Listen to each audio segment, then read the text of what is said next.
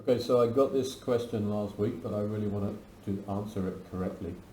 So I wanted to go through it because actually it's a question that gets asked more often than not when someone's building a new hatchery, for example.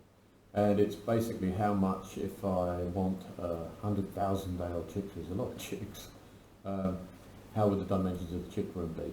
And like most things in hatcheries, it's never straightforward.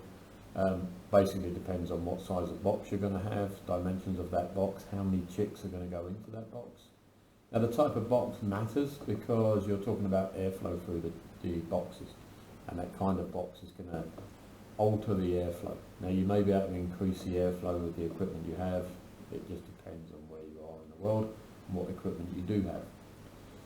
The other thing is that the temperature of the chick room depends on the air velocity and vice versa. So you can have very high temperature with very high air velocity and the chick's going to be comfortable. So you can have that where that green line is, it can sit anywhere in there. But what we can't do is have a very high temperature, for example, with a low air velocity, because then you're going to end up cooking the birds.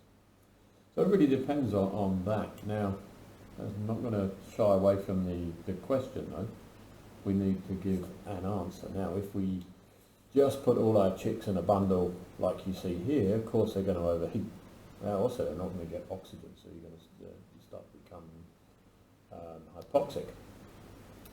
Now, in this example that I've given here, is I've just gone the length of the box to be 635 millimeters, the width to be 482. On the length, I times it by 1.2. So I've got 10% either side, to be honest, and on the width I times it by 2, so I've got 50% either side, because I need to get air across those boxes. So they'd look something like this in a chick room. If I want to get more airflow through, so if I'm struggling because my air velocity is not so good, or that it's just whipping straight past the birds, I'll fishtail the birds like this, or herringbone, depends what terminology you want to use. You'll see they don't use up any more footprint, they're still within the same footprint, but they're going to get more air hitting the sides of the box, which is the important part. Yeah, to do this I built myself a model, and you'll see it right here. Let me let this run. So, just put that, oh, wrong number.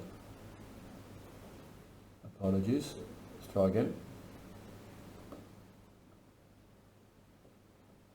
Okay, so we got 635, which then is going to calculate it in meters, so 0.76 meters, and nearly a meter wide. So we're talking about 100 chicks per box, 10 stacks high. If I want to carry 50,000, you'll see the number there, so it's 1836. And if it's 100,000 chicks, it's going to be more like 7,345 square meters.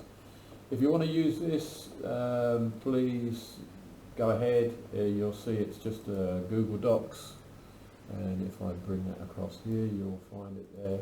And you can play with the numbers, and you will find that you can only, or hopefully you'll find that you can only adjust the numbers in the grey cells.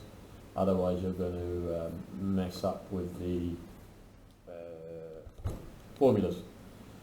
But just close that up. Hopefully that helps and gives you what you're going to need. Cheers, take care, all the best.